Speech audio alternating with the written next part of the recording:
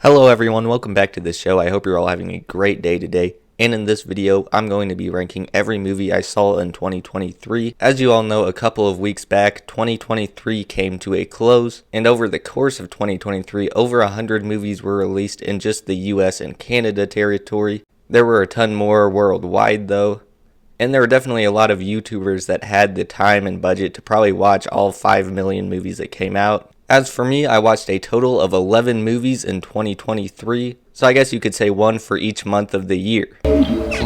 Obviously, that was just a joke. As you'll see from the list, 3 of the movies came out in June, so there actually wasn't one for all 11 months of the year. So anyways, this will just be a pretty laid back video, just me ranking the movies, and feel free to start an open discussion in the comments section below. What did you feel about 2023 in terms of cinema? Do you think it was a good year, a bad year for movies? What movies did you see, and how would you rank them? What was your favorite, least favorite, biggest surprise? Do you have any recommendations? And without any further ado, let's jump right into the ranking. Coming in the last place is Barbie, and this was actually the highest grossing film of the year. There was also a huge trend to watch this back to back with Oppenheimer. On paper, the idea of making a movie based off of a toy product and not just making it seem like a commercial for that toy sounds like a weird idea, but Warner Bros. Successfully did it with the Lego movie, so this may have not been a bad idea. But the whole movie just feels like it's the same joke over and over again. It's just how over the top all these characters are. And I think in the lead roles with Margot Robbie, Ryan Gosling, and Will Ferrell, they did a good job. But as for the rest of the actors, I didn't really think the acting was that good. Personally, I thought there were very few, if any, good qualities about this movie. And it just mainly feels like a movie where you have no idea who the target audience for it is. Because it's not really a movie appropriate for little kids that would actually play with Barbies. They try to make it seem nostalgic, I guess, but they also heavily criticize Barbie in the movie as well. So all around, it just feels like a really weird movie that you kind of just wonder why it exists. The best thing I could really say about this movie is that it could have been worse, because in my review for it, I gave it a solid 2 out of 10, and there are definitely some pretty bad movies out there. Coming in at number 10 is Merry Little Batman, and this recently dropped on Prime Video this December, and when I first saw the trailers for it, I thought it looked okay. The idea was it was supposed to be a fun little animated movie about Batman's kid. That was also a Christmas movie, but the problem with this movie is it feels like an episode of a kids show that was stretched out into an hour and a half. There was just no need for it to be that long, because the humor isn't really anything that great. It's not really that clever, and it just doesn't feel like it's really worth your time for an hour and a half. It could have been okay if it was just half an hour, maybe even 45 minutes to an hour. So it's not necessarily a terrible movie, but it's just not really anything that great that should be that long. Coming in at number 9 is Indiana Jones and the Dial of Destiny, a pretty big disappointment.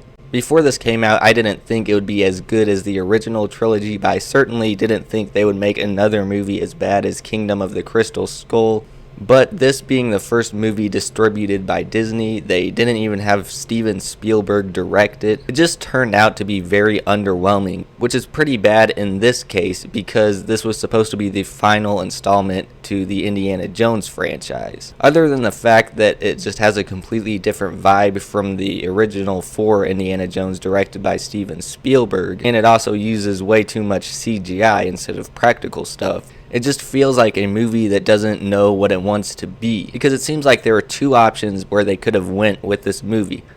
It could have been a more smaller in scale story that just focused on Indiana Jones as a character and his one final adventure, because a broken hero story does not mean that the main character is miserable throughout the whole film. Or they could have just gone completely bonkers with the time travel and went back to his stuff in different movies, pulled the Back to the Future Part 2, and had all this crazy fan service. That would have actually been pretty insane. But it feels like it just kind of goes in the middle, and upon that, all of the new characters it introduces are not that interesting, so it just comes off as very underwhelming. Coming in at number 8 is Haunted Mansion. This was another Haunted Mansion movie that Disney made, and all around this was actually a really solid movie. It was a lot of fun, and I think the cast was great. It has some great character work, and as I said, all around it's a pretty solid movie. I don't really have any strong opinion on it. And for being this low on the list, it's definitely not bad at all. So this is just a movie I would definitely recommend as a fun family movie. It's not really actually a horror movie. Coming in at number 7 is Shazam! Fury of the Gods, the sequel to the first Shazam movie. And this is a movie that I think definitely got a lot of hate for being too mediocre. And while it's not as good as the first Shazam movie, I still think it's not necessarily terrible. You definitely have to appreciate the fact that I think the CGI in this is decent, because there's been a lot of movies recently with bad CGI, so that's not something you can take for granted anymore. But upon that, I just think that since in the first movie we only got to see a little bit of the Shazam family fighting together, there's still novelty to that, and there's still more story worth being told. And since Black Adam ended up having his own solo movie and wasn't the villain in this movie, the Daughters of Atlas make for okay villains in my opinion, and the old wizard even comes back, which I think actually works with the story very well. There were definitely flaws in this movie, and the ending definitely feels very rushed, but overall I thought it was fun enough. Coming in at number 6 is Diary of a Wimpy Kid Christmas Cabin Fever, the newest Diary of a Wimpy Kid movie. Before this, the previous 2 animated movies were based off of books that had already been adapted into live action, so this was something more new and fresh, and upon that it just felt like they put more effort into it. It was enjoyable, and I like how they changed certain things from the book. They had their own spin on it, and it just made for an all-around fun movie where Greg and Raleigh are just doing these crazy things. It is only an hour long, but you get the point across, and it's about Christmas and the spirit of giving. So all around, a pretty enjoyable Diary of a Wimpy Kid movie.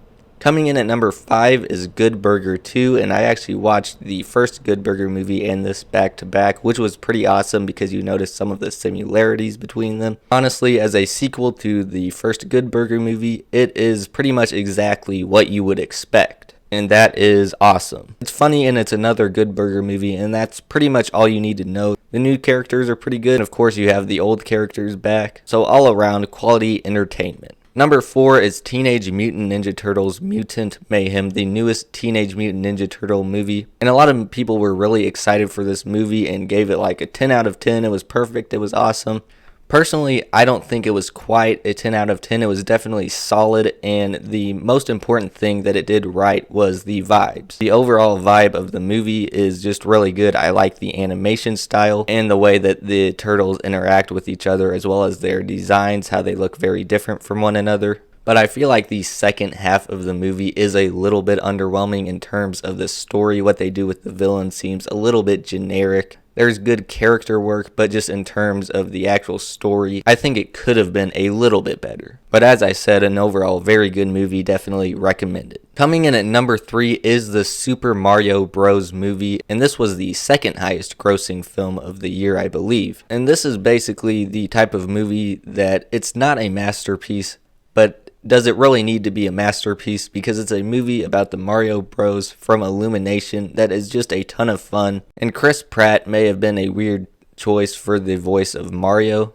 but aside from that, I think the rest of the voice cast was actually pretty much spot on, pretty much perfect actually. I was pretty impressed by that. And I like that we have this CGI animated movie, considering the fact that a lot of studios are moving away from CGI animated movies. But since this is supposed to look like the games, it still is CGI animated, with the very realistic mustaches. And I also gotta say, Peaches by Jack Black might be the best song from this year. And as I already stated, it's definitely not a perfect, flawless masterpiece. It definitely could be a little bit longer, maybe just 10 or 15 minutes. But people had fun with it, and that's what's most important. I think someone actually did make a video explaining how the Mario movie was destined to be good and not great, which is pretty much what I was thinking, because this isn't the type of movie they would expect to be this flawless masterpiece, just a movie that you would have fun with. And it just delivered on that, so I don't get why people would be disappointed by it. And of course, it's kind of a generational thing that everyone has nostalgia for, because I'm not necessarily the biggest fan of Mario. I haven't played very many of the games, but all of these characters are just so iconic. People recognize some, if not the majority of them. For our second place, we have Spider-Man Across the Spider-Verse, the newest Spider-Man movie. And there is a little bit of a gap between number 3 and number 2. This is definitely a very good quality film. It's actually pretty impressive what they were able to do by combining different styles of animation. And this movie also just has really good character development. It can be funny and emotional, and there's a lot of cool Spider-Man action. that you would want from a movie like this. Even the main villain, the Spot, actually turned out to be pretty cool. Now, a lot of people have been saying that this is the best Spider-Man movie, the best Marvel movie, the best superhero movie, the best movie of the year, the best movie in the history of the universe. I don't think it's quite there, but I am very excited to see the conclusion of this in the next Spider-Man movie. But coming in at number 1 is The Flash, which came out this summer. And people on the internet have been all over the place in regards to this movie. Before it came out, the reviews from the press screenings were very positive. And even a little bit after it came out, a lot of people were still very positive on this movie. And then it seemed like a trend started to come out of people just hating this movie. And if you don't like this movie, that's okay. But it just feels like a lot of people that didn't like the movie are just saying The Flash is trash, it's garbage, it's overhyped, and they don't really explain their reasoning. And it's a little hard to reason with people when they aren't explaining why they don't like something. I understand why it wouldn't be a top tier movie for everyone, because there are multiple elements like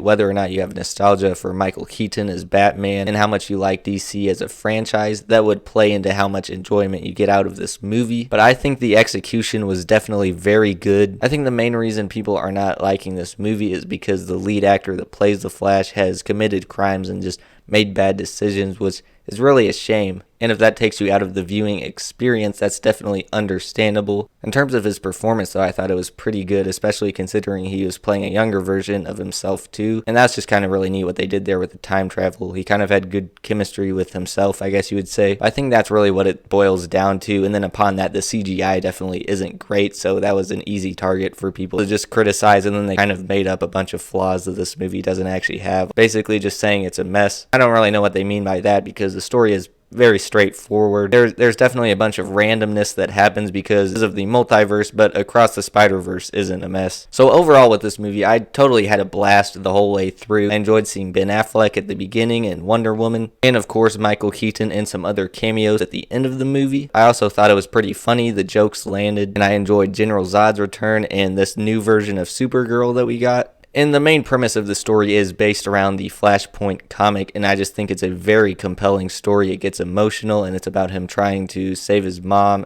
by time travel. So all around, just a really fun movie with a good story as well. Anyways, that was my ranking of all the movies I saw in 2023. Again, feel free to have some open discussion in the comments section down below. Thank you guys so much for watching, and I will see you guys in the next one.